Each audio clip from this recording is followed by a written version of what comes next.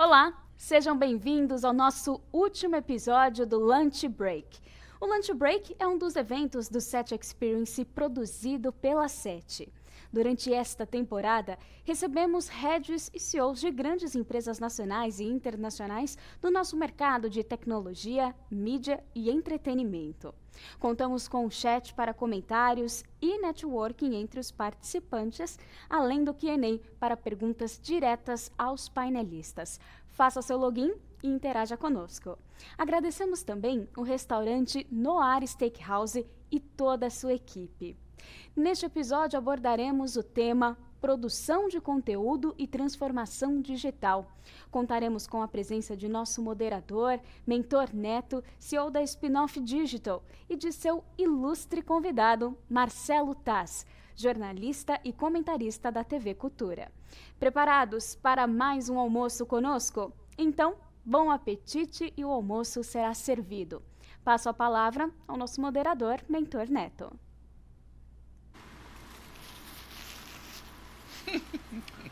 Olá, boa tarde, bem-vindos. Essa é a sexta e última edição do Lunch Break, do SET Experience. A gente sempre conversa com gente criativa, gente inovadora, gente que sabe que vem por aí. Eu sou o Neto, sou o CEO da Spinoff e assino a coluna Últimas Palavras da revista Isto É toda semana. E hoje o convidado, eu sempre faço esse comecinho assim, sabe, para depois apresentar o convidado. Mas hoje o convidado dispensa a apresentação. Marcelo Taz, fechando a nossa série de almoço. Obrigado. Alegria, Neto, estar aqui com você no Tatuapé, que é um lugar que eu amo da cidade de São Paulo. Então, muito bom. Já estava com a boca cheia quando ligou a câmera ali, vocês viram. Você tem quantos dadinhos de tapioca? Porque eu tenho 3 só. Nesse momento agora eu já também. diminuí, exatamente. Mas tá indo bem o dadinho. Me conta uma coisa, como é que você está na pandemia? A gente não tem se falado, você ficou em casa? Você ficou em isolamento? Como é que eu obviamente obedeci essa quarentena, mas eu consegui manter o programa na TV Cultura, o Provoca. Então eu saio de casa pelo menos uma vez por semana para gravar na TV Cultura. Tivemos que adaptar, colocar os protocolos. No início só convidado remoto, agora este ano já temos muitos eventos presenciais, o que para mim é uma alegria, porque entrevistar gente com tela é legal porque amplia, né, a possibilidade. A gente fez entrevistas com hackers da Finlândia, que é um negócio que eu nunca tinha pensado em fazer quando no não programa. tem opção, né? Quando não tem opção É tão uma legal, boa sair, né? Porque abre uma possibilidade. Eu falei com gente que estava em Milão no começo da pandemia, por exemplo, que seria impossível antes, né?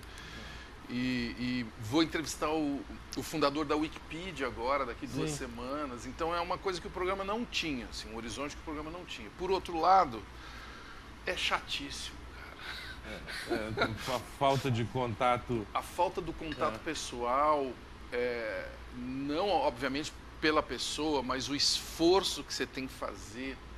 Você fala mais alto, às vezes, e tem todas as questões técnicas, né? Sim. Então, estou muito feliz de voltar ao presencial. Tem delay, né? Delay é a coisa mais legal do mundo. Você fala, e aí, tudo bem? Aí o cara fica assim, né? Tudo bem, né?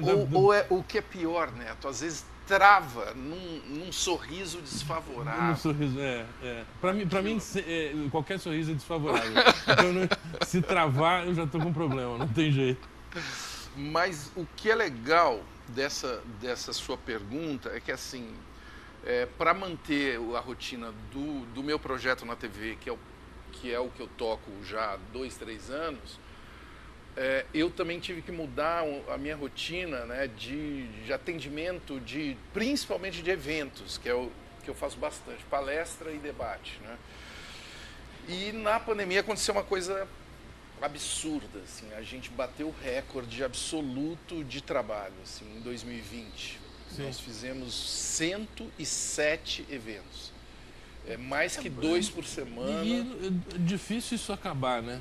É difícil isso mudar, porque assim, a gente descobriu o que pode fazer. Descobrimos, né, que há uma maneira eficiente, né, principalmente para a educação corporativa, né, para você poder debater um tema com qualidade com especialistas, com gente da empresa. Isso foi uma descoberta fantástica da pandemia.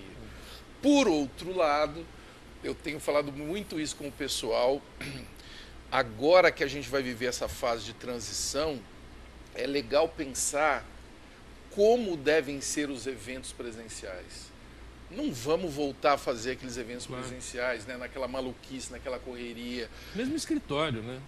Assim, escritório. Precisa. Será que precisa ser 5 dias, 8 horas por semana, todo mundo lá naquele lugar? Naquele período, né? Eu acho que tivemos agora um teste duríssimo, claro, uma tragédia, né? O que a gente está vivendo é uma tragédia sanitária, mas que nos obrigou a ser criativo.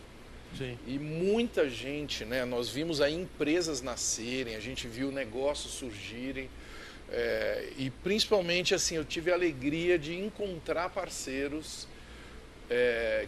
alguns que me conhecem há muito tempo, outros que me conheceram agora, enfim, com soluções para essa situação. E começamos, assim, eu nunca criei tanto conteúdo corporativo, muitas vezes que fica dentro das empresas, assim, sabe? Então, com a CCR, por exemplo, onde tem um parceiro que vem do mundo anterior, que é o Tunico Pereira, que você conhece, que é um grande publicitário, né? Que eu já tinha estado com ele na DPZT, enfim, em outros lugares que ele esteve. Ele agora é comunicação da CCR e a gente desenhou um teste para fazer na pandemia que foi uma coisa, né? Foi uma das experiências mais legais que eu já tive, assim, porque a CCR, as pessoas conhecem mais por conta das estradas e tudo mais, mas é uma empresa gigantesca em muitos países, aeroportos, a mobilidade é muito mais ampla do que a gente imagina, né? E aí o Tunico me chamou para uma coisa que é igual perguntar para macaco se ele quer banana, que é falar da história do interior de São Paulo, que é onde eu nasci. Entendi. Então... Você é de onde? De que cidade? Ituverava. Você é de Ituverava. Região de Ribeirão Preto. Sim.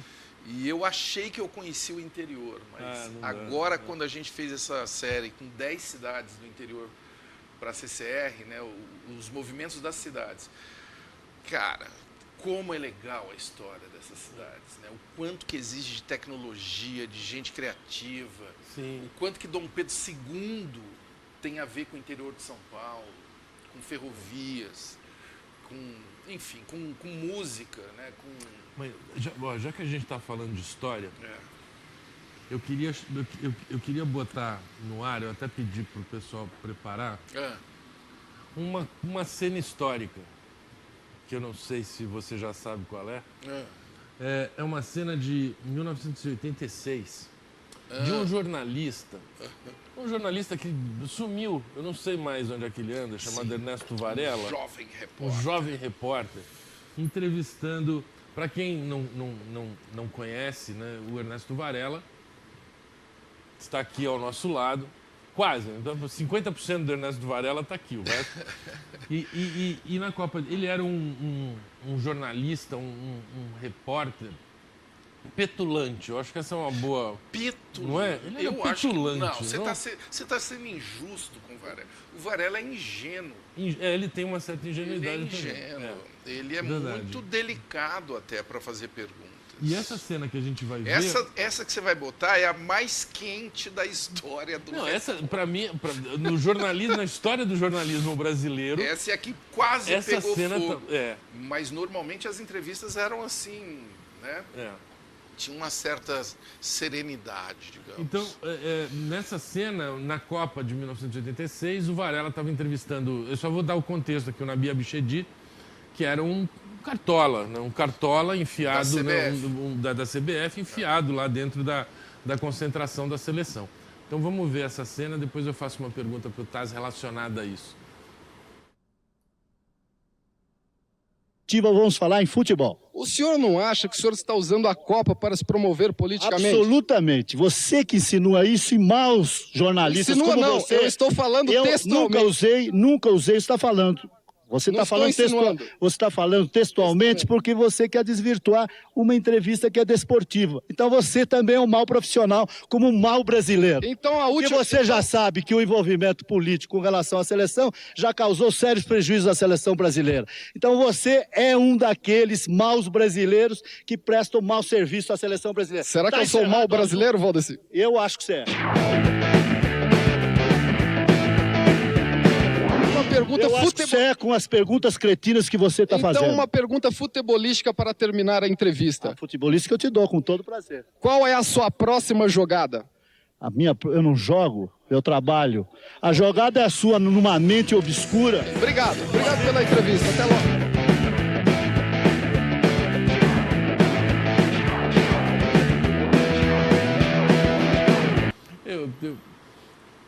Eu adoro essa demora dele perceber assim, "Pô, futebol eu falo.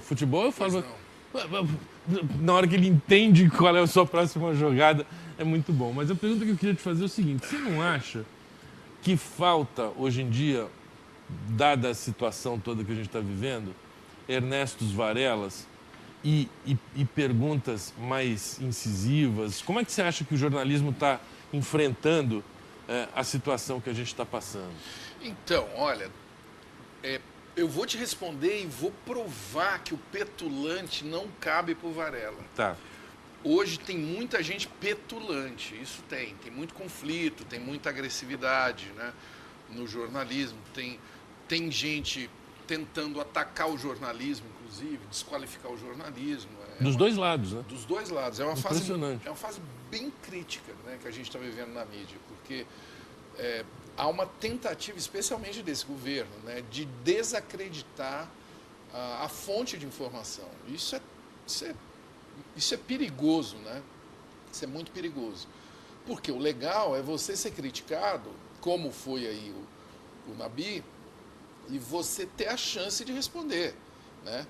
Esse vídeo aí tem quase 9 minutos. Então, é um vídeo grande. A gente conversa bastante. Sim. A câmera é o Tunico Melo, que é um grande profissional do audiovisual, na publicidade, inclusive.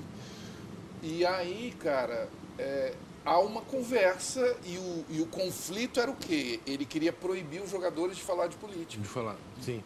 E era um ano que o Brasil estava justamente querendo votar, né? Estava começando a gestação das diretas e tal, isso é 86, né? De certa forma, era uma situação parecida com a Copa América aqui, né? Uma parte do país não queria que os jogadores, né, participassem e tal. Era como se tivesse alguém ali falando, vocês não podem falar nada desse assunto.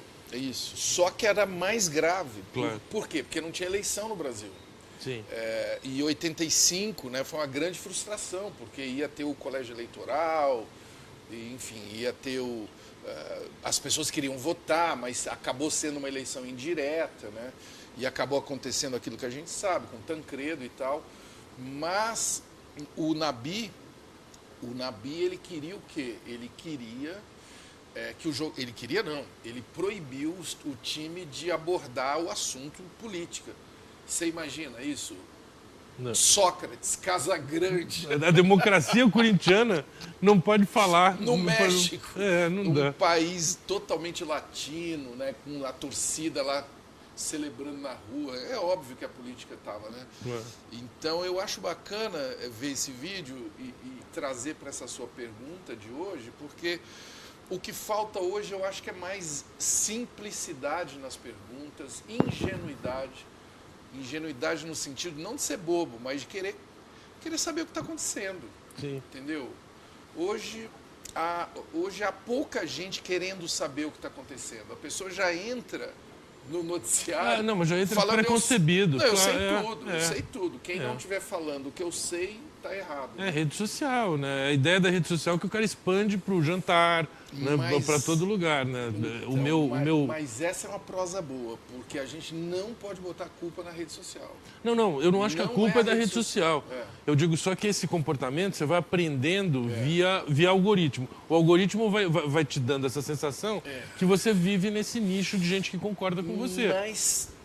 Eu adoro conversar com o Neto, porque isso é que eu acho legal, Neto. Não é o algoritmo. A gente discorda. Eu adoro discordar. Eu também, vamos mas lá. Os meus amigos são pessoas com quem eu discordo e você é um deles. O algoritmo não é o culpado. O algoritmo é feito por um ser humano, usado por um ser humano. Então vamos parar de falar. Olha o que está chegando. Está chegando um algoritmo aqui que eu estou até emocionado. Meu Deus. Um peixe e uma carne. Eu pedi uma carne porque o pessoal. É uma carne. O pessoal tem uma carne. Costela de porco. Eu não vou. Eu também tô. Comer então tá bom, gente. Obrigado. Até. Não vou. Não, mas isso é um algoritmo, por exemplo. É um algoritmo porque eu não sei programar, inclusive. A alimentação, você sabe, né? Receita é um algoritmo. Você pega o porco, corte, o arroz e tal, não sei o quê. Então a gente não pode botar culpa no algoritmo. Não, mas eu não acho que a culpa seja do algoritmo. Claro, alguém fez o algoritmo. Isso. Né? E alguém usa o algoritmo. Alguém usa para o bem ou para o mal, né? Sabe lá como é que... E assim, a gente pode partir do pressuposto que nem usa para o mal. Botou ali e vamos ver o que dá. Eu acho que não é bem ou mal. Eu não gosto de bem ou mal também. Você usa o algoritmo. Se você não conhece o algoritmo, se você desconhece a realidade das redes sociais, você pode ficar preso dentro de uma bolha. Mas é 90%. Mas do público a culpa é sua, claro. Você que escolheu. Claro. Não, né? Eu não vivo assim.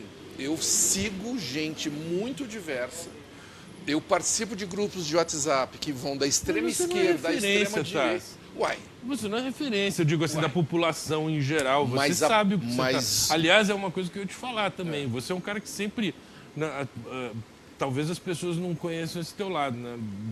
Conhecem o teu lado midiático, na mídia, ali, tudo aquilo que você faz, mas você sempre estudou isso, né? Você sempre estudou. Eu sou formado em engenharia na escola politécnica, eu sempre gostei de saber como as coisas funcionam. Então, quando eu falo de algoritmo, eu falo de algo que eu conheço. Sim. Eu programei em Fortran, eu sou um homem das cavernas dos algoritmos. COBOL, Fortran, entendeu? Então, o Java hoje é uma brincadeira, né, maravilhosa, mas que é resultado de uma história gigantesca.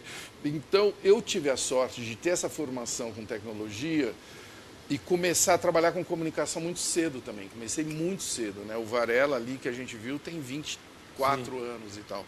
Eu estava com 24 anos, mas o que eu acho legal é que conhecendo a tecnologia com a comunicação, nós temos que falar mais disso, para que as pessoas que usem não fiquem presas nas bolhas, ou se quiserem ficar também, que seja uma escolha. Que fiquem por opção. Você claro. entendeu? Vamos falar do lado bacana, por exemplo, do algoritmo. Existem plataformas que descobriram que a publicidade pode ter um valor, se o algoritmo for bom, for de boa qualidade. Você aí, do outro lado, e você, não é legal quando você está navegando numa rede social e recebe uma publicidade que tem a ver com você? Absolutamente não feita é legal para você, claro. É para você, você gosta daquilo. Mas você sabe, eu tenho vivido isso na pele agora, nessa agência que eu montei no começo do ano, a gente fala de data, né? E quando você fala de data hoje, para qualquer cliente ou para qualquer anunciante, existem duas, é binário, podem ser duas reações. Ou o cara fala assim, não, isso aí não. Data é uma coisa de fora, tem os compliances, é muito perigoso, tá dando... que é o cara que ouviu falar em Cambridge Analytics, né? Isso. E ele fala, eu não vou me meter nesse negócio que isso vai dar problema. E tem o outro cara que já entendeu que não tem volta, assim como o algoritmo, não tem volta. Ou você sabe lidar com isso, né?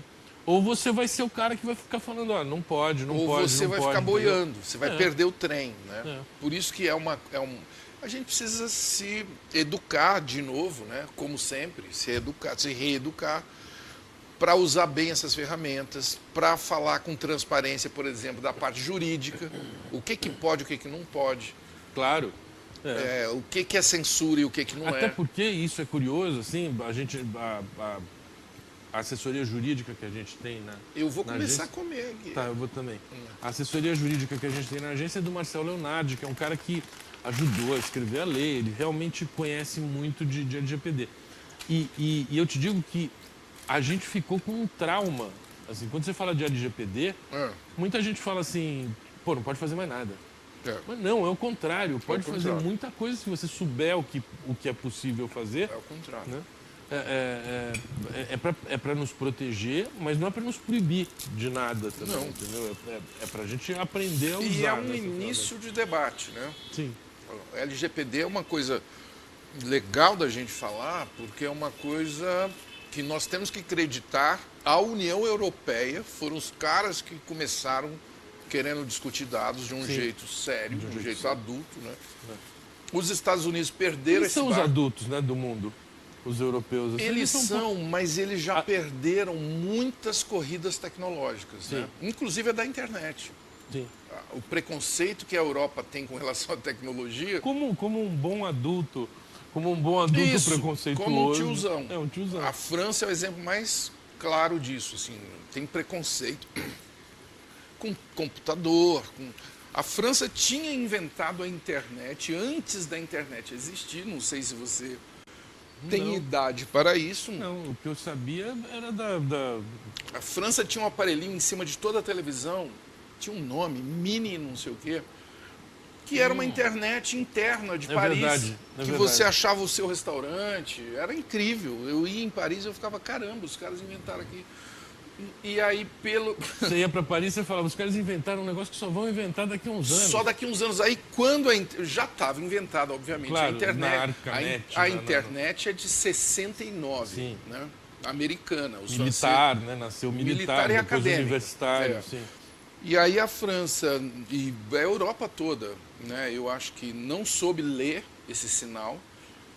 Aí a França reinventou lá, criou uma gambiarra, né, que eu estou esquecendo esse nome e obviamente muita gente aí deve estar lembrando já, porque eu não vou procurar no Google. Se alguém aqui. lembrar, manda pra gente no chat. Minipini, Binipini. Era uma caixinha que ficava em cima da televisão, que você reservava o restaurante, você sabia se estava cheio, um negócio incrível. Eu falei, caramba, isso é uma rede que conecta a casa das pessoas com... Isso é 80, meados de 85. Voto dava pra fazer? Uma urna Não, eletrônica? Não dava tudo- ali, né? Tudo texto. Entendi, Tudo entendi. texto. E aí, quando chega a internet mesmo, a www, né, que é 89, 89, cara, olha só. Demorou aí 20 anos a internet para chegar numa pra interface sair, gráfica. né? Aí quando chega Minitel. O Minitel. João Lanari tá dizendo aqui. Minitel. João Lanari? É, tá... João Lanari é um diplomata maravilhoso. Porra, Lanari, que legal que você tá aí, cara. Ele mandou pra gente aqui, que é Minitel, tá vendo como é bom ter essa audiência Tá vendo? fantástica? O Minitel. Obrigado, João. E aí, o que eu acho fantástico é o seguinte, eu vi um vídeo do Steve Jobs de 85, Neto, um dia desse aí na rede, né? O cara fazendo uma previsão que o computador ia ser uma mídia, ele fala desse jeito. Vocês não entenderam que isso daqui não é um trambolho para entrar dentro do escritório, isso é uma mídia, como é o rádio, a televisão. Ele fala, ele fica tentando convencer as pessoas assim. E até hoje a gente tem Mas dificuldade você sabe que de entender isso. é uma coisa engraçada, né? A relação dele com o Wozniak, o Wozniak sempre dizia que não, isso aí não vai pegar, isso aí, né? Na cabeça do Wozniak, computador era uma coisa para nerd. Isso não vai pegar e o Steve Jobs tinha essa visão.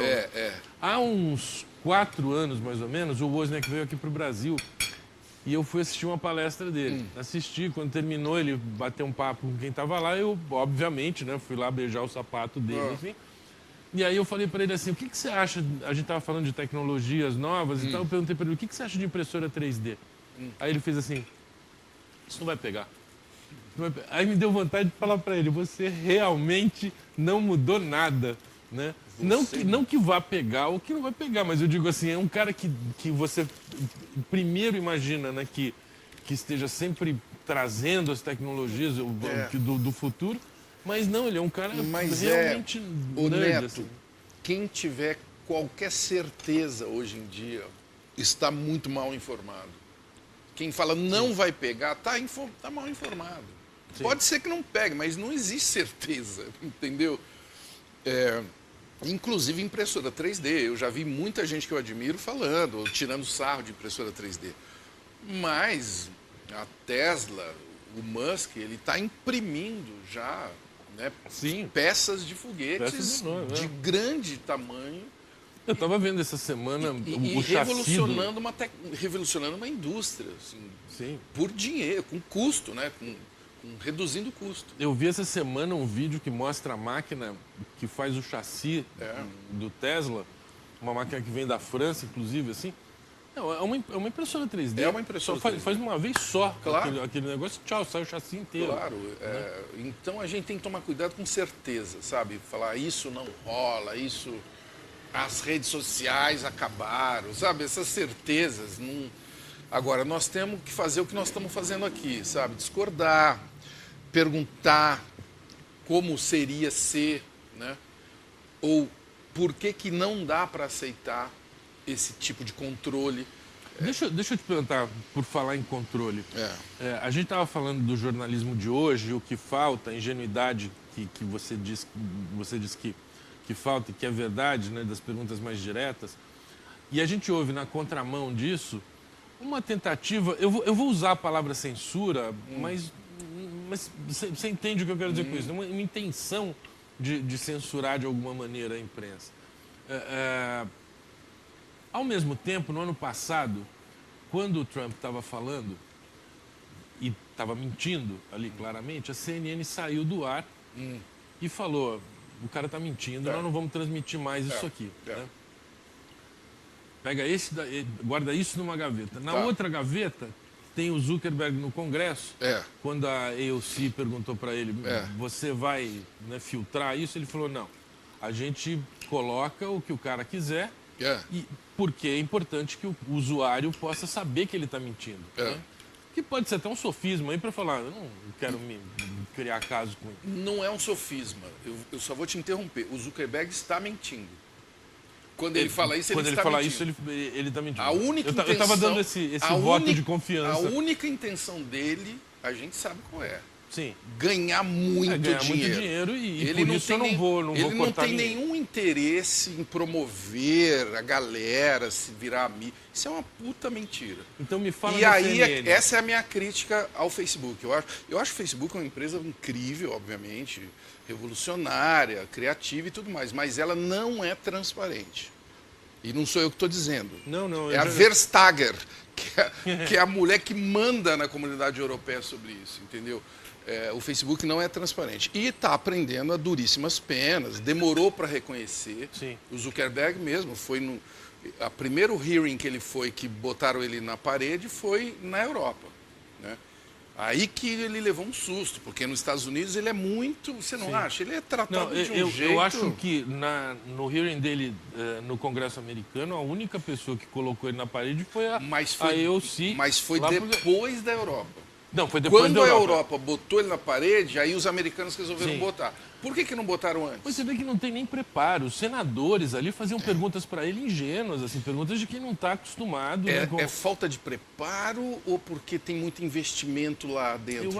Olha, me pareceu falta de preparo, viu? Ou são os dois. Os dois. Porque eu não tenho dúvida que a ingenuidade não existe aí, sabe? Mas o que eu quero gente saber... defendendo um poder midiático que eu acho preocupante, e eu acho legal a gente estar conversando abertamente nesse ambiente de qualidade que existe aqui, né, onde vários comunicadores e líderes vieram aqui falar. Eu acho que não podemos ser contra as plataformas digitais e tudo mais, mas também não podemos ser ingênuos. Esse debate tem que ser muito transparente, porque as eleições americanas foram sim afetadas por algoritmos maliciosos, criminosos, né? A eleição do Trump é uma eleição criminosa. E ainda está muito fácil, mesmo com toda a segurança, ainda está muito fácil. Você interferir, o debate né, agora que está começando a ficar sério, ficar aberto mesmo, e finalmente o Zuckerberg, porque pegou no bolso, né? Claro. Começou a perceber que a credibilidade dele estava no chão, mas eu hoje não acredito em nada do que ele diz, assim, porque eu já fui muito um cara que seguia o Zuckerberg. Um Zuckerfã. Fui, porque é um cara inteligente, queria aprender. Mas depois que eu vi que ele estava mentindo mesmo, deliberadamente, aí ele perdeu toda a credibilidade comigo, apesar de eu ainda admirar muito o Facebook, estou lá, tenho 3 milhões e meio de seguidores lá. Acho maravilhosa a plataforma, mas ela precisa ser mais transparente. Não, eu adoro a plataforma exatamente porque é um lugar onde você pode escrever. Eu adoro escrever, ali você pode escrever, né? Apesar de que eu tenho sentido Você viu, você participou da nossa live nos Impostores lá, né? Que foi uma tentativa que a gente fez de sair um pouco dessa... E aí eu te falo do algoritmo, eu percebo claramente ali o que acontece, né? As palavras-chave que eu não posso colocar, se eu colocar qualquer coisa que leve... Por exemplo, na chamada do nosso almoço, eu coloquei o link nos comentários, porque se eu colocar o link no post... Ele vai te cortar. Ele me corta, entendeu? Mas a pergunta que eu queria te falar era da CNN. Tá certo cortar o Trump? Nesse caso, tá certo cortar, porque ele estava divulgando uma notícia que poderia, inclusive, causar dano às pessoas. O que eu estou dizendo é que eu não sou a favor de podar a comunicação, mas da transparência da edição da informação. Porque todo mundo edita a informação. Mas onde é que está a linha que divide? Eu É posso cortar o Trump? É o veículo que decide. E você decide se você quer seguir aquele veículo. Eu acho que essa que é a brincadeira. A brincadeira da liberdade de expressão é essa. Cada um pode ser livre para dizer o que quer e ser responsável pelo que diz. E quando você fala o que diz, né? Quando você fala o que diz, as pessoas do outro lado é que vão julgar se você está dizendo a verdade ou está, enfim, sendo, generoso com a realidade, né? E se essa pessoa não quiser, ela para de te seguir, ela para de te ouvir e tudo mais. Quanto tempo...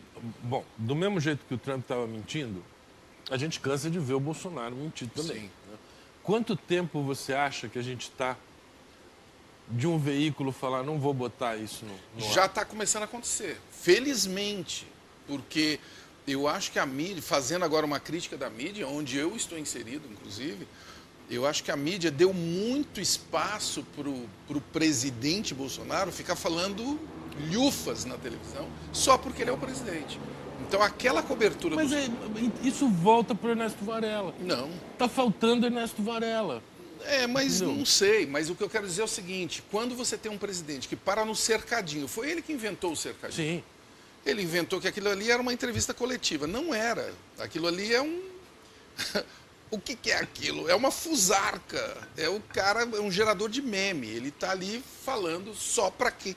Aí sim, falando só para a bolha dele. Sim. E criou essa bolha... Ele criou um algoritmo. Ele criou um algoritmo, só que a mídia caiu nesse conto e começou a transmitir o algoritmo dele. Transmitir criticando, mas mesmo assim, eu acho que foi um erro ficar transmitindo aquelas monte de lorotas sem contextualizar que aquilo era uma lorota. Demorou-se muito tempo, ok, não tem problema. Hoje, eu vejo, por exemplo, o Jornal Nacional parou de botar o próprio Bolsonaro falando as lhufas dele. Quem narra o que ele diz são jornalistas, né? Claro. Ela fala... Você pode dar o tom até, né? Ela fala, o presidente falou isso, tarará, tarará, mas não fica aquele... Sabe, aquele show de horrores de uma pessoa falando não, porque, né, que a vacina não importa, que ele quer aglomerar. Isso é crime, pô. Isso é ruim, né? Então tem que cortar, sim. Mesmo porque tem uma zona cinzenta aí, né? Que quando você coloca o presidente da República, para uma imensa parcela da população, ele já tem 100% de credibilidade. Então, é ele que está falando. Então, se alguém criticar aquilo... Não, mas deveria. O pior é que a situação que a gente vive é tão patética, porque o cargo do presidente tem que ser respeitado, sim. Eu respeito o cargo do presidente. Agora, o presidente é que não se dá o respeito. Né? Nenhum. Agora está claro, né? Agora eu acho que se não ficou claro... Para quem... Se não ficou claro com essa pandemia, pelo amor de Deus, mas... É um cara que não se dá o respeito, manipulador, mentiroso, né? Mentiroso, grosso, mentiroso, péssimo, assim, ruim de mentir, inclusive. E não é à toa que está caindo, está começando a ser desmascarado. Mas o que eu acho que tem mais uma pimentinha nessa conversa, Neto, é emissoras públicas, né? O Bolsonaro falou que ia fechar a EBC, por exemplo. Você lembra? Sim. TV do Lula, ele falava. Sim. Custa 500 milhões por ano. O que ele fez com a EBC? Ele usa de uma forma altamente manipuladora, né? Na minha visão criminosa, porque aquilo é um bem público, tinha que estar a serviço do público, e ele transmite uma pelada de futebol onde ele está jogando. Ao vivo, com o dinheiro público. Isso para mim é crime. Isso para mim é crime. Né? É você usar a TV Brasil para a sua propaganda. Aquela TV que você falou que ia fechar porque o Lula fazia isso. E o Lula também fazia. Não dessa forma deliberada como ele. Mas veja você, que absurdo que a gente vive. Né? Um cara que usa um canal, né? Um ministério, inclusive, da comunicação, que é só um porta-voz dele. Não é um ministério que pensa políticas públicas, na minha visão. Sim. Não está preocupado com 5G, não. se vai ter escola acessando 5G, como que a gente tem que debater. Ele está preocupado com a eleição do ano que vem. Eu acho isso triste demais. Eu queria sair da política, Vamos sair da política. já que ele tem Senão eu... também um monte de haters. Eu queria te perguntar como é que você lida com hater? Com amor. Com amor? Você conversa com ele? E eu não estou ironizando. Você tenta convencer o cara? Não, não, convencer não. Mas eu tento conversar. Eu tento conversar. E Como diz a Cora, bloque a vida, não? A Cora Ronach? Não. Você não bloqueia? Eu discordo totalmente da Cora, que é outra amiga querida com quem eu discordo disso. Eu bloqueio assim. Se o cara é um agressor, um cara violento, um cara que publica pornografia e tal, aí tudo bem, aí é bloqueio mesmo. Mas se o cara é só um estúpido, ou um cara inseguro, ou nervoso, tá nervoso ainda, né? Eu falo, cara, você tá muito nervoso, vamos conversar. Esse eu gosto de conversar. Eu aprendo muito com hater. Eu comecei a desenvolver um método até para ajudar.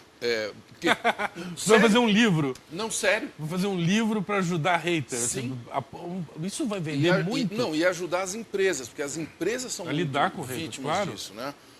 E as empresas têm um pensamento, geralmente, né, linear. Então elas... a nossa imagem, né, o brand foi atacado. E ela reage muitas vezes mal a isso. Sim. Ou ela fica em silêncio, ou ela entra na justiça. Ou ela apaga. Ou ela... Que é terrível, né? Quando o cara horrível. apaga o post. Ou você quer dar uma photoshopada no estrago, né? E é o contrário agora. Então, eu tenho ajudado algumas empresas a pensar isso. E, por incrível que pareça, comecei mesmo a desenvolver esse método, que é o meu método, que chama-se Amam Me Odiar. Esse é o método. É o nome do livro já. Amam Me Odiar. Isso tem que virar um livro de autoajuda. Não, e aí... Não, e aí o que é isso? É uma pasta onde eu deixo... É uma espécie de um spa de hater. Eu tenho um spa dentro do meu computador... Sei.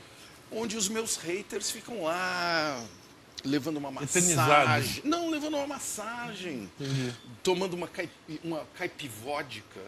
Entendeu? Não, mas peraí, você fotografa até ou não? Eu tiro o pict da situação, deixo marinar. Estou dando agora a receita para o pessoal. O algoritmo. Estou dando um algoritmo curto. Deixo marinar por alguns dias.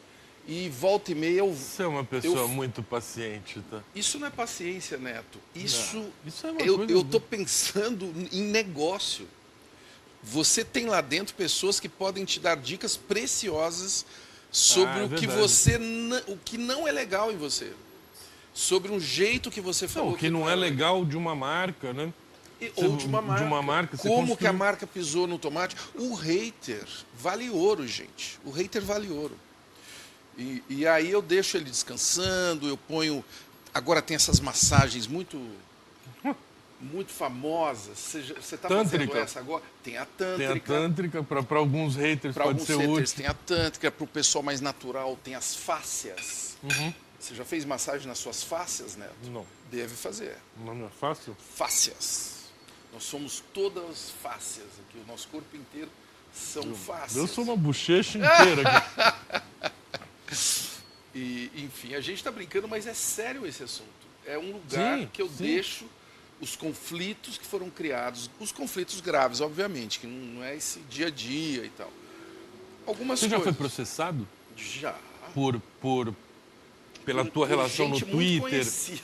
Mas, por exemplo, por briga no Twitter, assim? Não, não, no Twitter não, mas Ou no Facebook? não, por coisas que eu falei em entrevistas no YouTube, por exemplo, que eu acho um Certo. absurdo. Quer dizer, se fosse na TV também seria o mesmo absurdo. Mas o presidente Bolsonaro me processou Ah, por isso é uma conta honra. de uma entrevista que eu dei ao Rica Perrone, que é um jornalista Sim. de esporte, mas aí depois virou um jornalista deslumbrado, inclusive com o Bolsonaro na política. Agora ele está se curando, né, Ria? Agora o Rica está mais se curando disso.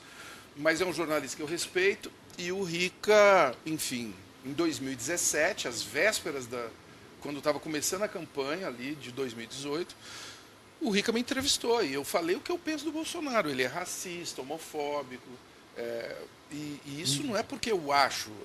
Isso é porque eu acho, é a minha opinião. Mas é porque existem documentos, né, onde ele foi racista, ele foi homofóbico, Sim. inclusive comigo, né? Eu tenho um filho que é bissexual, tem aquela história toda do CQC, que eu tive que dar uma resposta pública a ele. Então, eu já vivi isso com ele. Eu não estou falando de teoria, estou falando de prática. Ele me processou. Por que ele me processou? Nas vésperas da campanha, adivinha? Para eu ficar quieto, né? Sim. E aí eu só contratei a melhor advogada de São Paulo e ganhamos a causa, entendeu? Infelizmente ganhamos depois que ele foi eleito, 2019. Já transitado e julgado, ele me deve R$2.000. Eu Que gosto maravilha. de aproveitar esses canais para avisá-lo. O senhor me deve R$2.000. Ele não presidente. pagou ainda? Ele não pagou. Talvez o oficial de justiça não sabe onde ele mora, né? Hã? Bom, o filho mora ou em São Paulo ou no Rio. Não, mas o A oficial gente de não justiça sabe, ele né? pode ficar no cercadinho lá, porque todo dia ele para no cercadinho, né? Me deve R$2.000. E não só a mim.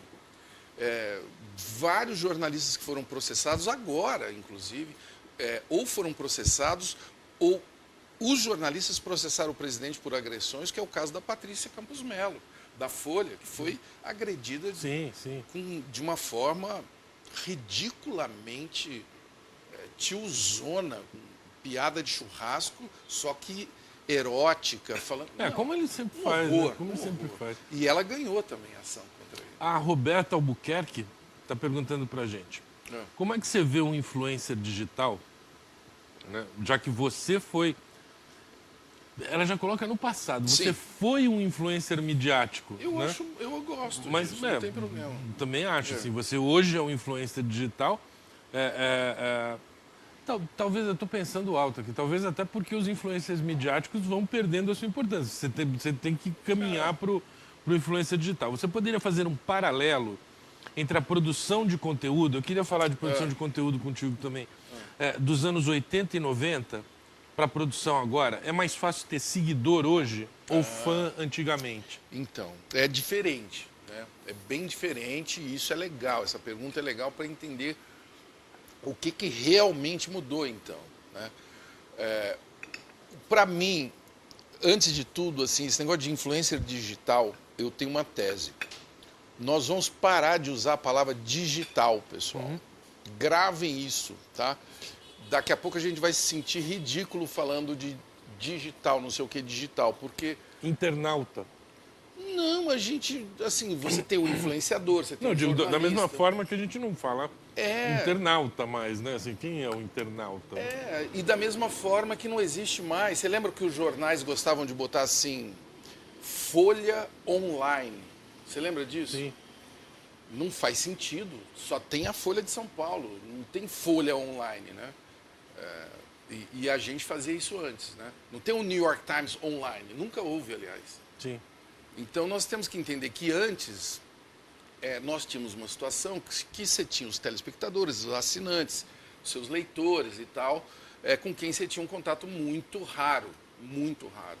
E eles tinham menos voz, né? Você não eles- dialogava eles sempre com não eles. tinham Né? voz, né? Com exceção do rádio, talvez, Sim. e de cartas, né? Cartas no jornal, cartas na TV, até tinha um efeito, mas o público não sabia que a carta era lida e às vezes um comunicador era chamado a atenção por causa de uma carta.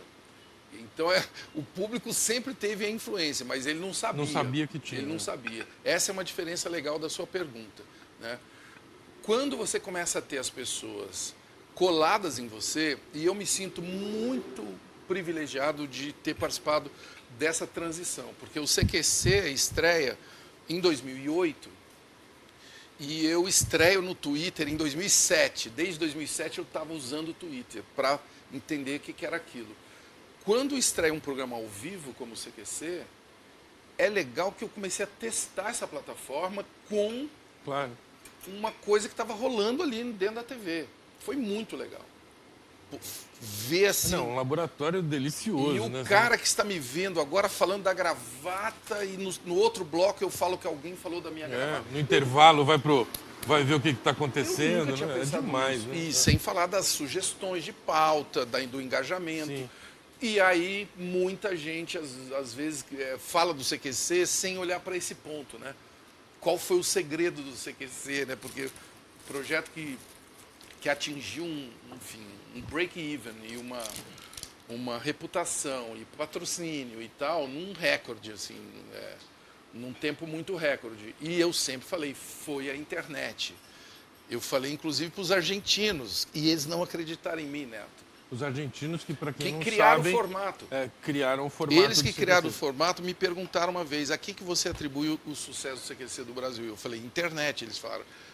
Eles falaram que você era um cara meio doido mesmo. Não tem nada a ver com internet o CQC. Mas eu acho que disseram isso porque o formato na Argentina cresceu sem a internet, de um outro anos jeito. 90. Né? Sim. Anos 90. Sim, e era um programa corajoso, né? Era um Muito. programa que tinha Muito essa corajoso. cara do Não, mas CQC, eu tô falando com carinho, inclusive, dos argentinos. Sim. Acreditem, eu tenho carinho pelos argentinos, tenho amigos argentinos, inclusive o Diego Goebel, que é um gênio da comunicação. O Messi, você viu que ele tem saiu... que trazer o Diego Goebel.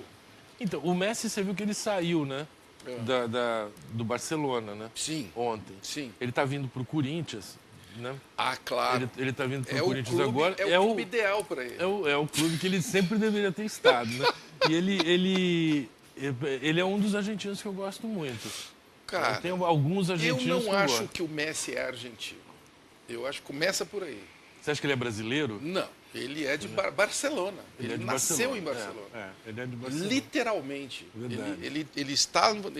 É triste essa história. Ele estava no clube desde 12 anos, Sim. 13, sei lá. Sim. Ele foi descoberto pelo Barcelona. Fiquei muito triste, Neto, sabia? E por grana, né? Não fecharam o contrato. A explicação Eu acho que o Barcelona deu é que Pode a renovação... Pode ser se deu grana, por isso. pode ser, mas eu acho que é o final de tudo tem um dia de terminar, Neto. Deixa eu te perguntar uma outra coisa. A gente está indo aqui no tempo, uma delícia falar com você. Vai acumulando aqui Eu coisas falei, que eu queria tudo falar tem um contigo. dia de terminar. A gente vai falando e chega uma hora Vai que a chegar, gente sabe tem que que vai terminar. terminar. Me fala um negócio. Hoje em dia, principalmente porque a nossa audiência tem muita gente de comunicação, muita gente de produção de conteúdo e tal, eu acho que a publicidade cunhou esse termo de segunda tela, né? Que até, eu acho que até já ficou velho isso, né? Eu brinco, acho que eu já falei até aqui, que a gente fala de segunda tela, que é o celular ou é o tablet, né? E a TV continua sendo a primeira tela. Aí um dia eu chego em casa, estão as minhas filhas vendo TV, né? E aí eu fui chegando mais perto, assim, estavam as 3 no sofá, as 3 assim, né? E a TV ali. Então eu falei, qual que é a primeira tela? Né? A primeira tela é essa daqui, né? Para elas ali, né? Eu não tenho dúvida. Quando você Não tenho cria conteúdo, você pensa em várias telas? Hoje, sem dúvida nenhuma. Hoje você tem que fazer isso, né? Inclusive, assim, o mesmo conteúdo que você está criando, vamos falar do Provoca na TV Cultura. Eu tenho que pensar em trechos do programa que vão ser para os smartphones, entendeu? Que vai ser para um Stories da vida, para um Stories, YouTube, para um cortes, né? TikTok. Você está no TikTok? Eu estou no TikTok como observador e vou te dizer mais. Vou dar um furo de reportagem para você. O TikTok, quando eu sempre fui o primeiro que fui lá e me inscrevia em qualquer rede que comece. Sempre. Né? Eu tenho Neto no Twitter. Então. @Neto. Eu Estamos sempre lá gostei de pegar desde também. quando era mato. Quando chegou o TikTok, eu falei, não. Não estou com saúde, não vou começar a dançar, não tenho tempo, mas, obviamente, finquei a minha bandeirinha lá e tem uma consultora maravilhosa, que é a minha filha Clarice. Claro, uma delícia. Mas, assim, ela é uma gênia do TikTok e de edição também, mas não vou nem falar dela que eu sou muito coruja. Ela fez 16 anos agora, é uma gênia, assim, muito boa. Aí, Neto, eu vi que na China tem um TikTok ainda mais interessante que o TikTok. O TikTok é chinês. Sim. Mas na China tem o Kuaishou. O Quai tá aqui no Brasil. Então, acabou de chegar. Mas Fizemos uma campanha para Você ele. está brincando? Mas eu estou no Kuai. Então, se o Kuai estiver nos vendo, o que eles não sabem, eles até quiseram conversar comigo para a produção de conteúdo. O que eles não sabem é que eu estou no Kuaishou há 1 ano e meio atrás, na China. Porque é do caralho. E o Quai paga mais. Você sabia?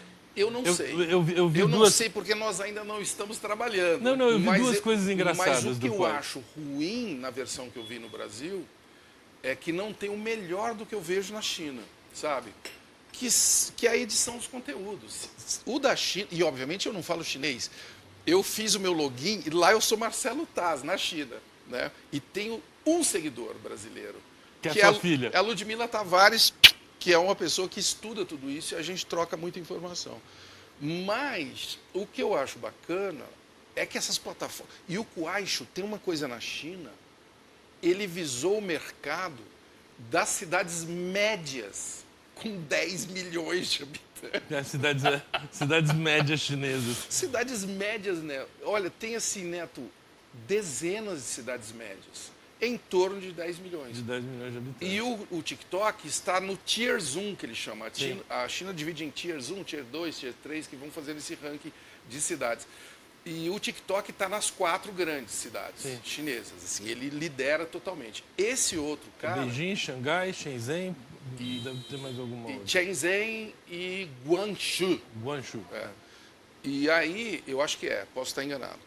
Mas o que vem depois, essas cidades gigantescas chinesas, vão para o Kuaishou, que encontrou esse público lá, que tem, assim, blogueiro de chave, isso você vai amar, chave de carro elétrico. Tem um cara que só fala da chave do carro. Porque tem, específico. Tem modelos lindíssimos, são Sim. mais bonitos que o smartphone. Sim. Então, eu acho um conteúdo riquíssimo. Que eu vejo trafegar nesses... Eu tô no TikTok, mas eu também tô como você. Eu devo ter 3 posts. Não, eu nem fiz post. Fiz 3 posts, eu fico vendo. Mas eu consigo ficar... Outro dia eu cheguei... Eu gosto da agora Twitch, por exemplo. A Twitch é outra que eu estou observando bastante, acho legal. Ou seja, estamos... A Twitch é muito legal. Então, a gente está falando do fenômeno do streaming, né? Que Aliás, você sabe que eu adoro isso. simulador de voo, né? Sempre Isso. adorei. Tenho... Só de Airbus eu tenho quase 200 horas de voo. Que legal. E aí eu abri um Twitch para fazer voos assim, né? Vai juntar gente. Não, você sabe que coitado de mim, né? Não. Porque assim, me aparece um cara, né? Entrou um cara, porque eu tava começando, e eu falei assim, você gosta de simulador? Ele falou, Simulator. não, eu entrei só porque eu vi que não tinha ninguém, eu fiquei com pena de você. Fiquei com pena de você, eu entrei aqui para ver um pouquinho. Eu falei, pô, obrigado, cara. Mas uma coisa que eu acho legal no TikTok é que, e aí vamos ver que talvez a gente discorde. Guangzhou, olha aí, tá. O João Lanari de novo. João Lanari. Ele, aliás, foi embaixador na China. Qual é a cidade? Guangzhou, acertamos. A pronúncia não sei se a pronúncia é essa. A pronúncia, Guangzhou. só você, João Lanari, só você. Se o João mandar um áudio com a pronúncia, eu Shenzhen. ponho aqui no microfone. Tá bom nossa pronúncia? Shenzhen, Guangzhou. E uma coisa que eu acho legal no algoritmo, e aí nós vamos discutir o algoritmo do TikTok, o que eu acho curioso, pelo menos, é que ele está na contramão. Né? Enquanto o Zuckerberg, por tomar o susto que ele tomou, tirou like do Instagram, falou, olha, não é tão importante você ter seguidor, né? O TikTok trabalha ao contrário. Né? O algoritmo é feito para você ter milhares de seguidores. E tem uma novidade. Ele é nativo em inteligência artificial. Sim. Esse é o grande... Essa é a bola da vez, né? O Facebook, por exemplo, não é nativo em inteligência artificial. O TikTok é nativo em inteligência artificial. A empresa se chama ByteDance, é uma das maiores empresas do mundo. Né? Sim. Uma das maiores empresas do mundo. Tem a Tencent, tem muitas empresas hoje que são empresas de tecnologia, de inteligência artificial, que começam a criar produtos, né? iFood, por exemplo, o Mercado Livre não é uma empresa de varejo, é uma empresa de inteligência artificial. Sim, Né? sim. Assim Não, e iFoods e Rappi que ainda se beneficiaram demais com esse período que a gente passou. Né? E então, elas são, né, inclusive, dirigidas, né, por líderes que têm consciência da importância disso, desse conceito da inteligência artificial. Né? Eu acho assim, eu adoro esse assunto e eu não tenho nenhum medo dele, assim, sabe? De que, não, mas isso não deve vai... ter mesmo. É a parte mais legal da tecnologia. A gente está chegando num ponto da tecnologia... Quer ver uma coisa, né, que me aconteceu e a nossa amizade sofreu esses soluços nessa pandemia e eu não te contei. De tanto falar desse negócio, eu fui convidado para ser membro da International Association of Artificial Intelligence. É um negócio, a A2AI, é uma organização... Não tem pessoas. São pessoas... Você ia ser a única pessoa. Não, eu sou o único nerd faixa branca. Sim. No máximo amarela. Só tem nerd faixa preta. Desse conceito. Professores, pessoas de código, pessoas brasileiras, pessoas de vários lugares, mas é uma instituição nascida no Brasil, mas que olha para o mundo, conversa com o mundo, e me convidaram para ir lá para falar de comunicação. Como que esses conceitos podem ser melhor traduzidos para as pessoas não terem medo. E foi aí que eu fui lá, fiz uma palestra com eles, e eles me convidaram para virar membro da associação. Que delícia, e tô né? lá, Isso é ótimo, sou muito honrado, botei até no meu LinkedIn lá, membro honorário, membro formidável, uma dessas coisas bonitas. Membro assim. formidável, né? Não, membro, tem uma palavra bonita ali que eu até me envergonho, por isso que eu estou esquecendo dela. Membro fantástico e tal. E me fala uma coisa, a gente precisa aprender isso. Eu acho... A gente precisa botar isso no dia a dia. Você sabe que você programou em Fortran, eu comecei programando em Basic, depois passei para C, e aí... É que você é jovem. Tem Java, tem Swift, né, que eu gosto de programar. E aí outro dia eu fui me meter a fazer machine learning e aí eu percebi que faltou a matemática necessária. Não é, que aí é outro patamar. É outro planeta. E se você não quiser ficar triste, eu vou te dizer que eu tive com um nerd, aí é assim, com um hacker na Finlândia, em 2019, um pouco antes da pandemia, inclusive. O Mikko Hyppönen, que foi o cara que eu entrevistei no Provoca, inclusive, um cara incrível que trabalha na F-Secure, que é uma das maiores empresas de segurança do mundo, né? Mas o chefe do Mikko, que é o fundador dessa empresa, que comprou, entre outras, a Nokia. Eles compraram. Recentemente, eles compraram a Nokia e transformaram a Nokia numa empresa de software para smartphone. A Nokia nunca ganhou tanto dinheiro. Mas esse cara que eu estou contando aqui, o chefe dele, o cara que inventou todas essas empresas, em 2016... ficou um ano estudando machine learning, porque ele descobriu que ele tinha desaprendido, né? Mas é muito complexo mesmo. Você precisa ter uma base matemática. Mas veja, o que eu quero dizer para líderes que possam estar nos vendo é o seguinte: o cara que era dono da empresa mais importante de tecnologia, uma das mais importantes do mundo, ele parou e ficou estudando. E voltou para a empresa. Eu posso deixar depois o link aqui para vocês. Tem uma palestra dele de 1 hora para toda a empresa que ele abriu agora no YouTube, dizendo, olha, eu fiquei 1 ano porque a nossa empresa ia para o vinagre. Se a gente não aprender machine learning como deve ser aprendido, com humildade, para entender direito esse conceito, e eu acho que tem uma coisa, vinagre. Eu queria aprender mão na massa, eu queria ver como é que faz, mas eu acho assim, eu estava conversando ontem, inclusive, com um diretor de arte da agência. Assim. Eu trabalhei uma vez, eu tive um diretor de criação que me falou assim, olha, se você chegar para o fotógrafo de um trabalho de direção de arte, né, e você disser para ele todos os detalhes que você quer no trabalho, você anulou o talento claro, do cara. você não- né? você não vai contar com o Você não vai talento. contar com o talento dele. Então, assim, cada vez mais eu acho que chegou a hora de eu não aprender a programar machine learning, Claro. mas aprender o que é possível fazer com Isso, aquilo. Né? isso, E não necessariamente Eu mão na massa. parei muito antes. Assim, inclusive, eu estou falando de coisas triviais, edição de televisão.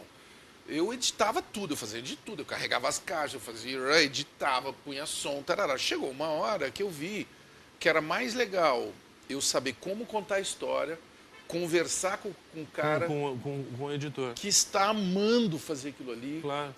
E que alguns, inclusive, gostam muito de trabalhar comigo, não sei porquê, mas a gente se diverte muito. É muito mais legal.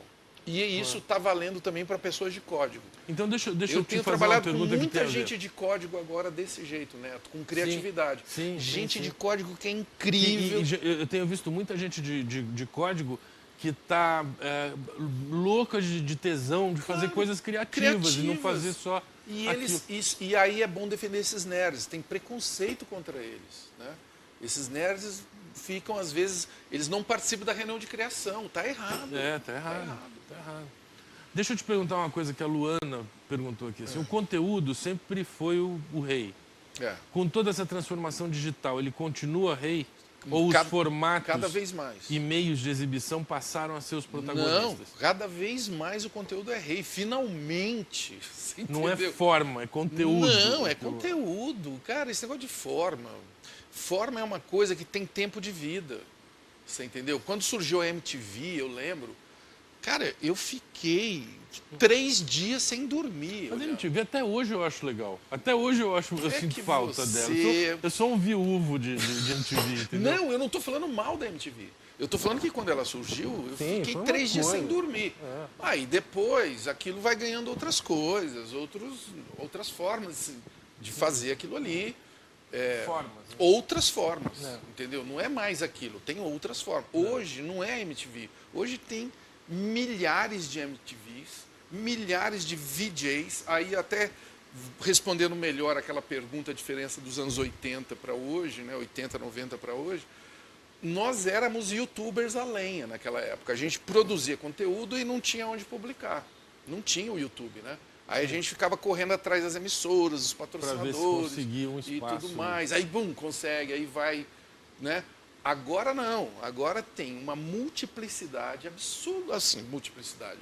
Tudo está aberto, então o cara lá no interior de Minas, que aliás eu vou fazer o merchan dele aqui agora, @astronauta-mineiro. É um gênio. Ele publica conteúdo de humor, que é um astronauta mineirinho dentro da nave espacial. Passa esse negocinho aí pra mim, senhor, não sei o quê. Maravilhoso. Eu nem sei onde que ele tá, mas um dia desse eu repostei ele e começamos a conversar. É um produtor de conteúdo digital.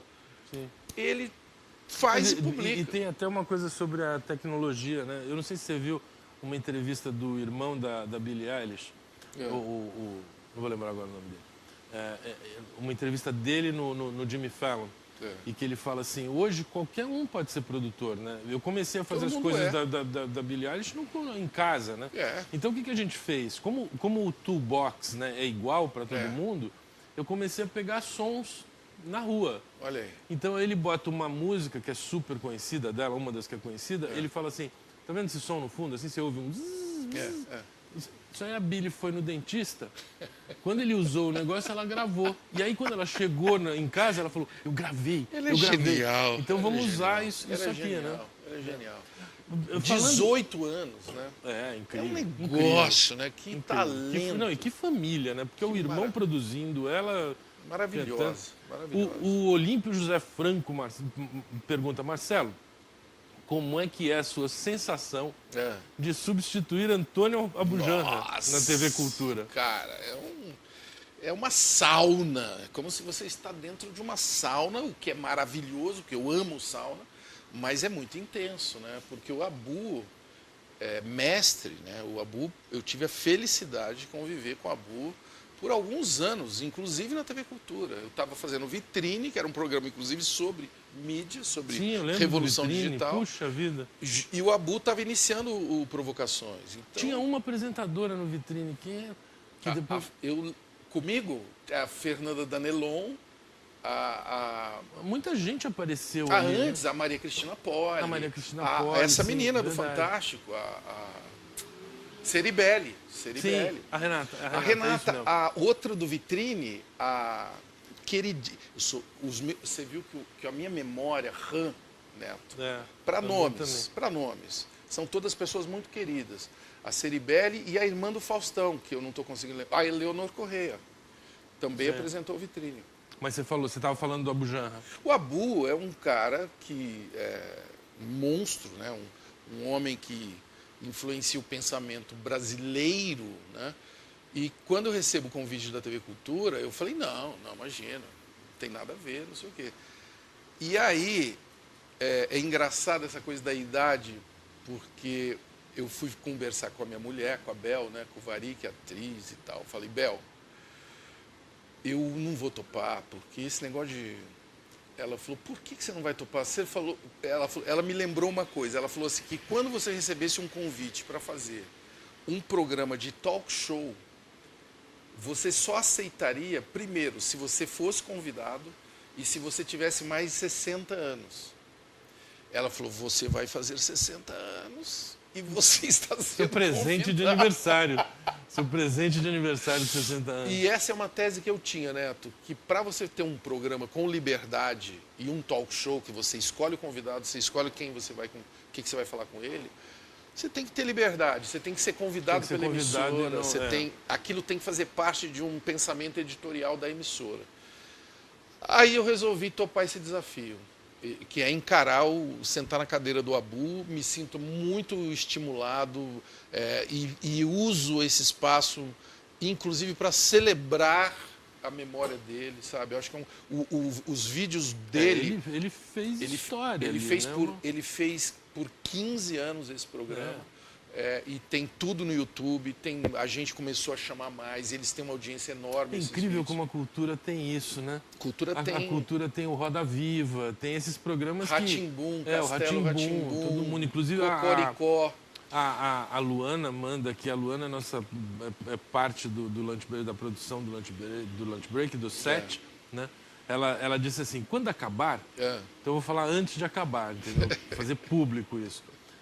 Diz pro Tassi que eu estou muito feliz dele participar, porque eu sou uma eterna aluna do professor Tibúrcio. Que coisa. Infelizmente, não é da minha geração. O Tibúrcio, eu já estava mais...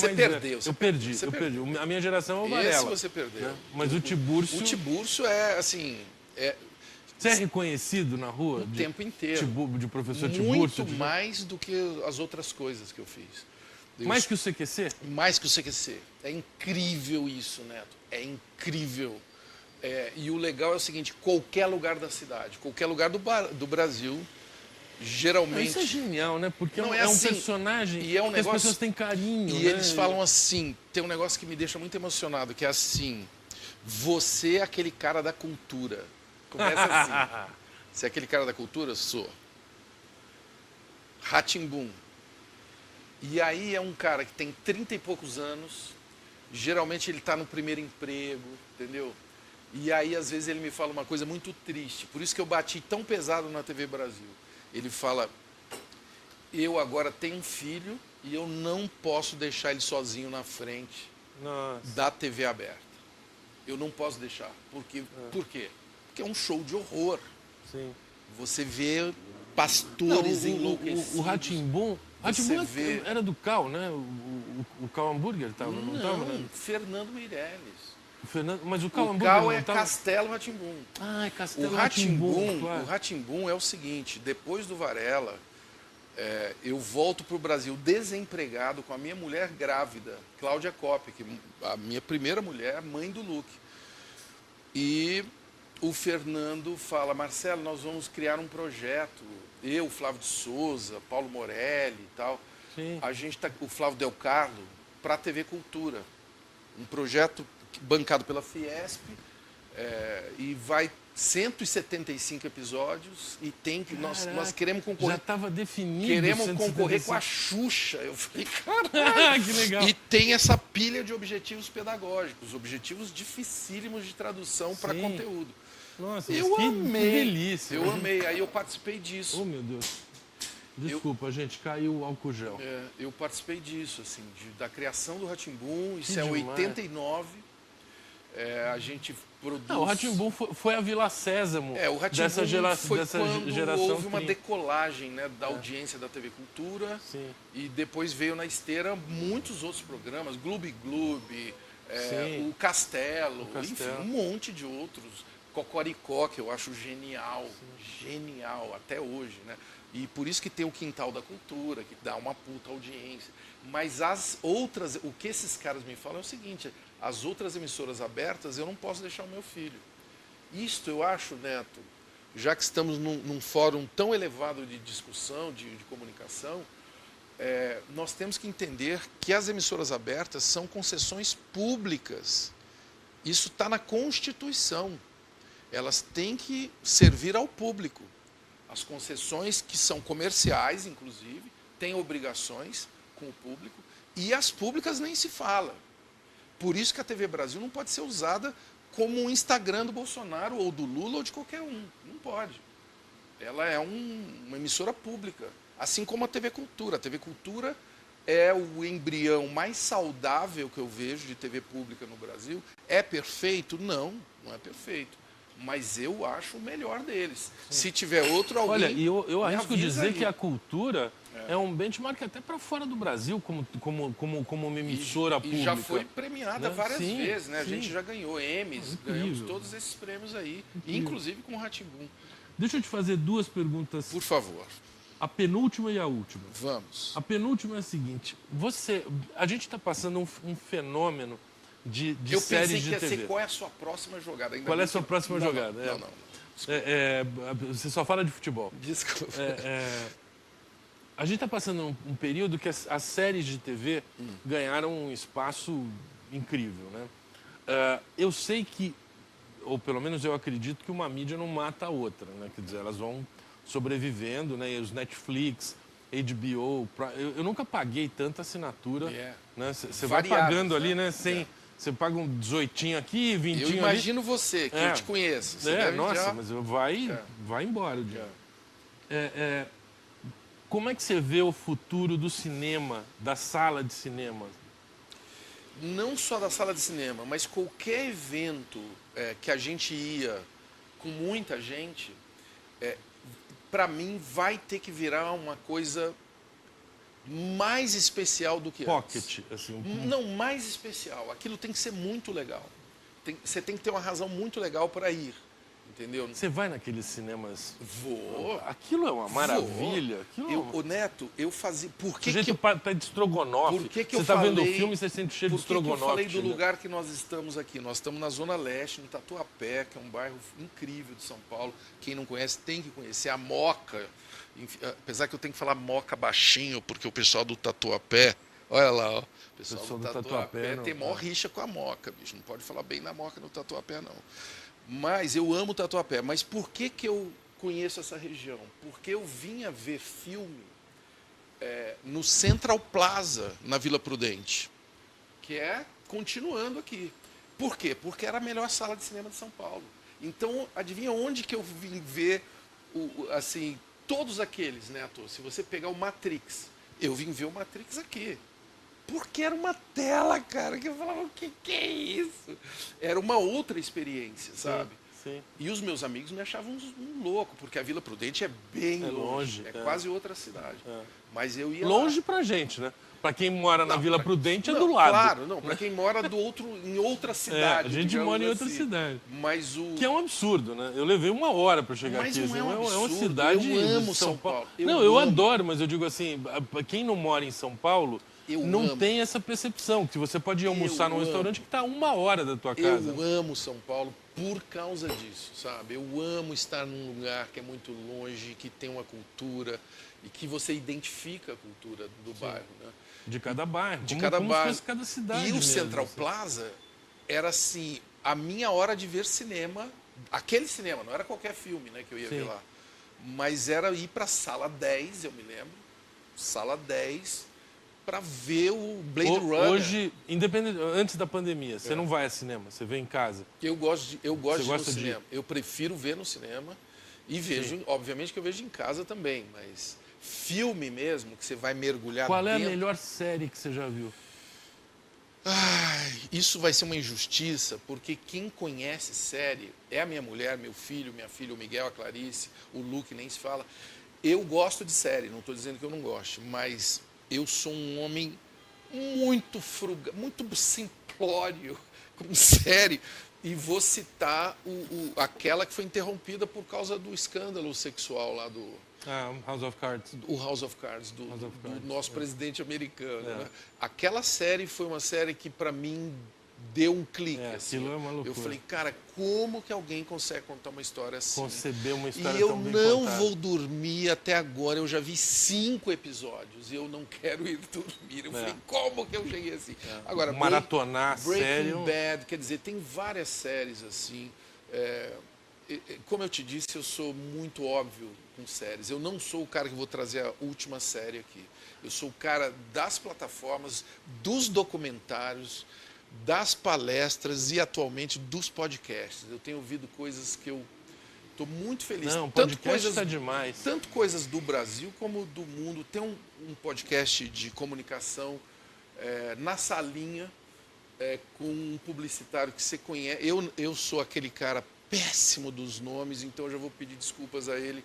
É um grande publicitário, diretor de criação de uma gigantesca agência aqui de São Paulo. O Flow, você assiste? O Flow eu acho excelente, o Vilela. E uma loucura eu gosto como também. agora tem podcast de 4 horas. Né? Tem. A entrevista do Ciro no Flow foi uma entrevista de 4 horas e criou criou não foi essa entrevista que criou, mas essa nova... Os esse cortes. novo modelo, os cortes que são... O Flow foi muito precursor disso, né? Sim. Agora, eu acho que está um excesso desse tipo de programa como o do Flow, eu acho que até já saturou, né?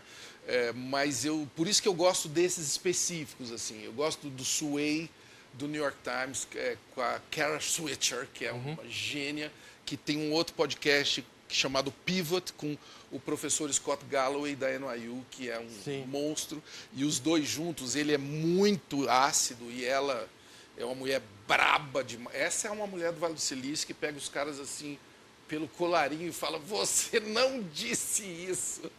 O que você falou do Na Salinha... De quem é, por favor? eu estou pegando porque aqui. eu gosto muito do trabalho dele. Daniel Você conhece? Hutzenberg. Isso, né? Daniel Hutzenberg. Deixa eu pegar de novo Por aqui, favor. porque saiu da minha tela. E, olha, tem 2 perguntas aqui, então eu vou fazer a minha última logo na sequência, mas a Jurema Sampaio tá perguntando uma coisa que eu adorei, a pergunta dela. A gente caminha para aldeia global ou para neighborhood? Para neighborhood, com certeza, para a força da neighborhood, eu acho que só tem uma forma hoje da gente viver com segurança no mundo, que é olhando para o lado, cuidando do seu lugar, né? E aí contaminando as pessoas que estão ali em volta de você, contaminando, falando inclusive disso, né? De segurança. De máscara, mas contaminando. Contaminando com o que precisa ser contaminado, com informação, sabe? Hoje, é legal falar disso assim, porque nós estamos caminhando, falamos muito aqui de machine learning, né, inteligência artificial e hackers, a gente está caminhando para um mundo cada vez mais inseguro quanto à nossa vida na rede. Então, a melhor segurança é, claro, conversar com os especialistas, mas principalmente conversar com quem está ao seu lado. A gente se esquece muito disso. E isso vale para o mundo corporativo, sabe?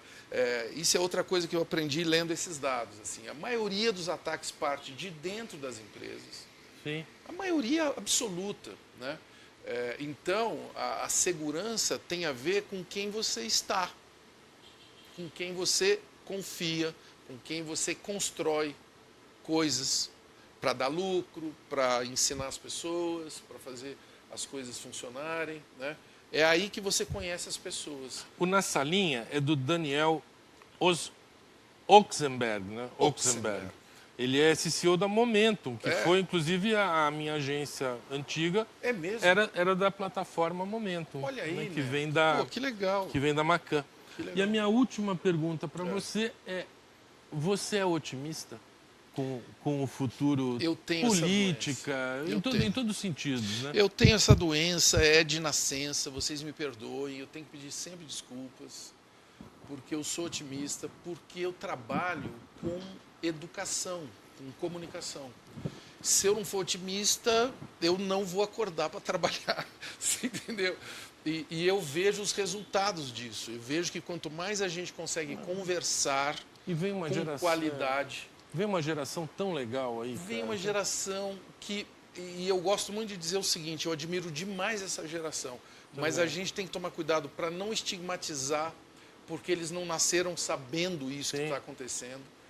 E vai ser muito a mistura das gerações que podem criar resultados bacanas. Né? Não, ao mesmo tempo que eu vejo as minhas filhas, eu aprendo direto, que nem você Isso. falou das tuas, né? Eu tenho uma de 18, uma de 20, uma de 22, que para mim são o melhor Nielsen que existe, assim, sabe? Tudo que eu quero saber, eu converso com elas, elas dizem. Ao mesmo tempo, às vezes eu recebo delas aquele preconceito de, não, isso aqui você não entende. Eu digo assim, olha, você só é assim porque a nossa geração criou vocês assim, porque a gente percebia que tinha que mudar. Não, e aí, assim, essa mistura de gerações é o mais é legal. o que deve ser feito, porque assim, você vai ter que dar um desconto por conta da rebeldia, que é bom. Claro. É bom É elas bom, serem... ótimo. Né, você levar umas pauladas de Claro. filho é bom. Agora, temos que tomar cuidado para eles acharem que a ausência de referência, né? A gente falou aí de influenciador digital, por exemplo, que eu acho uma expressão equivocada, porque para mim só existe influenciador. Não existe influenciador digital. Se o cara é influenciador, ele vai ser digital, vai ser, né? Ele vai para todas as direções, porque nós estamos hoje em todos os lugares. Multicanal, né? Agora, o que essa geração precisa entender é que sem referências, né? Sem influências claras, sem o que você curte, Sem curiosidade, né? Sem... você fica naufragando numa montanha de dados. Né? Você fica deslizando num monte, ou sendo levado por universos de algoritmos e tal, e você fica só de passageiro. Aliás, no eu carro. vi uma entrevista do novo CEO do WPP, né? Que ele fala sobre dados. Aí você me lembrou isso. Ele fala sobre dados de um jeito... Tem uma frase dele que me pegou, assim, que eu falei, isso é novo, esse jeito de pensar é novo. Ele falou assim, a gente tem que ir no caminho oposto, eu não quero muito dado, eu quero pouco dado, eu quero exatamente... Né? Tudo bem, eu preciso ter muito dado, né, para filtrar exatamente aquilo que eu preciso. Mas acontece uma coisa... como que você filtra? Aí que tá, Sim. aí é que vem um, Sim, assunto, aí que esse vem um assunto que eu amo. Porque senão você só tem informação, você não sabe o que fazer Mas com o ela. jeito de filtrar é você saber fazer boas perguntas. Aí a gente volta no papo do Varela. Você tem que fazer a pergunta com muita clareza para os dados. Se você não souber fazer essa pergunta, não Ele te adianta. dá genérico. Ele vai te dar ruído, né? Sim. Aliás, tem um livro maravilhoso na praça agora, que é o meu livro da pandemia, chamado Ruído, Noise, do Daniel Kahneman, que é o Nobel de Psicologia, quando nos trouxe o conceito de viés, que é outro conceito que eu tenho estudado muito, mas agora ele trouxe o conceito de ruído, que é curiosíssimo também, que tem a ver com a nossa capacidade de colocar coisas que não devia na hora errada. Sim. E aquilo causar um dano muito grande com a comunicação, né?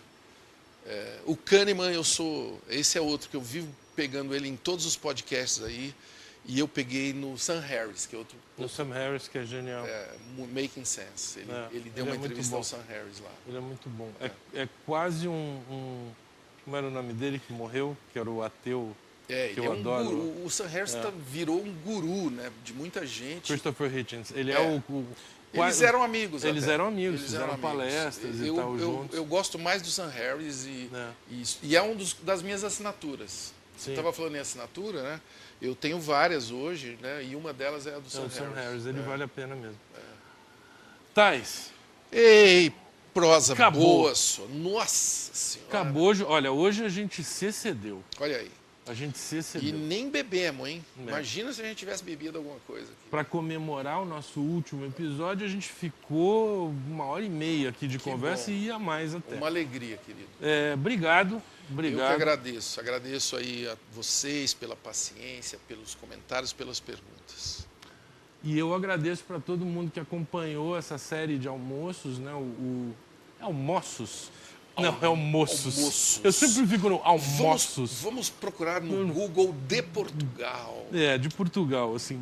Você que acompanhou toda essa série de almoços que a gente fez aqui no Set Experience, o Lunch Break, eu agradeço a vocês e até a próxima. Valeu. Chegamos ao final desta temporada do Set Experience Lunch Break. Agradecemos a presença de todos. Preocupada com seus convidados e toda a sua equipe, a SET seguiu todas as normas de segurança da Covid-19. Se você perdeu algum trecho ou deseja assistir novamente os episódios do Lunch, não se esqueça de acessar o nosso conteúdo on demand no setexperience.org.br. Siga nossas redes sociais e acompanhem toda a programação. Set Experience, tecnologia, conteúdo, networking. Até breve!